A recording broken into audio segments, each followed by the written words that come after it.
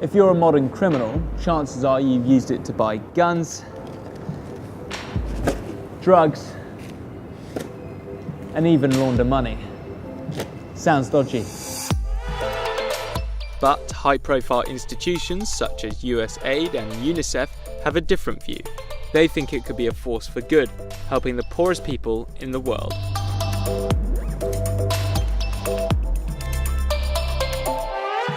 It's a technology called blockchain, a global online database that anyone, anywhere with an internet connection can use. Unlike traditional databases, which are owned by central figures like banks and governments, a blockchain doesn't belong to anyone. And with an entire network looking after it, cheating the system by faking documents, transactions, and other information becomes near impossible. Here's how it works. Blockchains store information permanently across a network of personal computers. This not only decentralizes the information, but distributes it too. So how can a multi-purpose online database whose users include criminals work for everyday use? How does it stay relatively hack-proof? The answer is blockchain's millions of users. They make it difficult for any one person to take down the network or corrupt it. The many people who run the system use their own personal computers to hold bundles of records submitted by others. The records are known as blocks.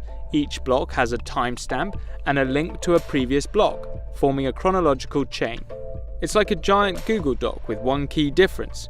You can view it and add to it, but you can't change the information that's already there.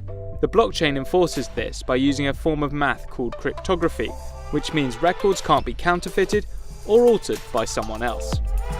Blockchain's most famous application is Bitcoin. It's a digital currency that is created and held electronically, and you can send it to anyone, whether you know them or not. Bitcoin provides a level of anonymity we've not seen in modern times. That's because, unlike credit cards and PayPal payments, there are no middlemen such as banks and financial institutions asking for our personal information and home address.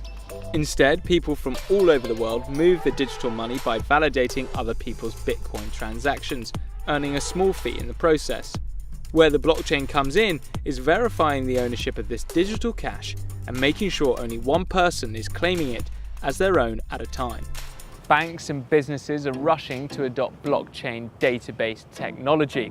In a survey of 308 senior executives at US companies with $500 million or more in annual revenue, Deloitte found that 28% of respondents had invested $5 million or more in blockchain technology.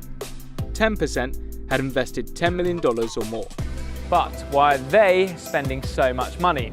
Well, to save money, of course. When this study looked into the data of 8 of the world's largest investment banks, it found that blockchain could save them between $8 and $12 billion every year. Bet that $5 million investment doesn't sound so bad now, but it's not all good news for the big players, of course. Blockchain lowers the barrier for entry into the banking industry, and that means fintech startups are popping up in pretty much every market they operate in. If banks and companies can't keep up, they're putting their own survival at risk. For the consumer, the future seems brighter with more security, less cost, and better experiences. Yet, blockchain could be the biggest game changer for the poorest in society. The technology is open to people living in low-income countries or fragile states at risk of economic collapse. Take a farmer with a small plot of land which is then flooded. The paper copy of the deeds to his land is washed away, resulting in the farmer having no proof of owning the land. Or perhaps he does have a digital copy on a government database, but it is erased, altered, or even destroyed in a political coup. If the farmer had filed that deed on a blockchain, he could have avoided all these problems. Along with speeding up the flow of cash and providing a secure place to keep records, the benefits for the poorest in society are enormous. From protecting our identities to running autonomous vehicles to managing a world that is increasingly dependent on the Internet of Things, the possibilities of blockchain technology seem endless. But whether it lives up to its promise remains to be seen.